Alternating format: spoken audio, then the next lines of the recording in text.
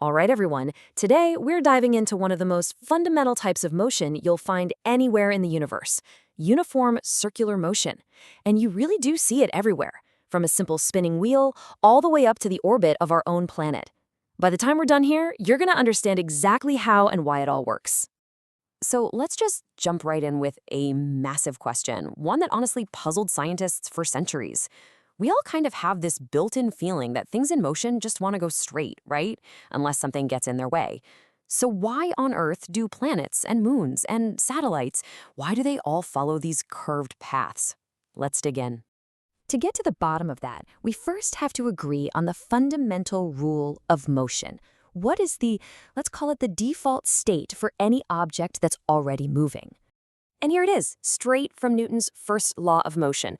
Basically, an object is going to move in a perfectly straight line at a constant speed forever, unless some kind of external force acts on it.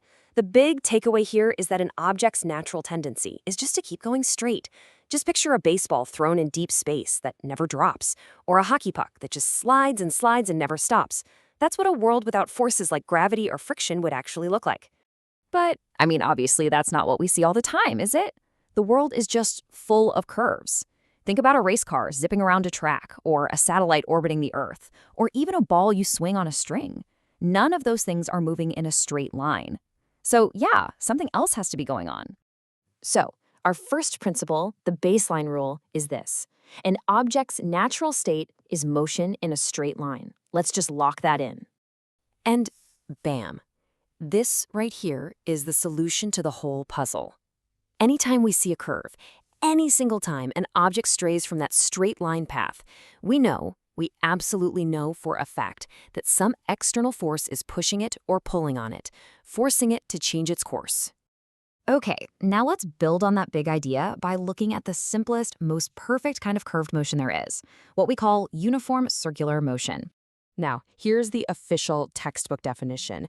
And yeah, it seems simple enough, but there are a couple of really, really important words in there. Let's kind of unpack them because the details are where the physics gets really cool. So, let's look at this a little closer. For uniform circular motion, the path is a perfect circle, and its speed, say 10 meters per second, it never changes. It's constant. But, and this is the part you really gotta get, its velocity is changing every single moment. Now, why is that? Well, because velocity isn't just about how fast you're going, it's speed plus direction. And if you're moving in a circle, your direction is constantly changing. Okay, pop quiz time. Quick check-in. Based on what we just said, what do you think? If the velocity is constantly changing, does that mean the object is accelerating? Just take a second and think about that one. If you said yes, you are absolutely right. Nailed it. This is such a key concept. See, we usually think of acceleration as just speeding up or slowing down, but in physics, acceleration is any change in velocity. And since the direction is always changing in circular motion, that object is constantly accelerating, even if its speed stays exactly the same. Now, just to make sure we're totally crystal clear on what we're talking about, let's compare this idea to a couple of other types of motion. Okay, so here we see two related but different ideas. Over on the left, you've got pure rotation, like a spinning wheel on a bike. The center of the wheel stays put, but every single point on the rim is in circular motion. Then on the right, you have pure translation. Think of that hockey puck just sliding across the ice without any spin.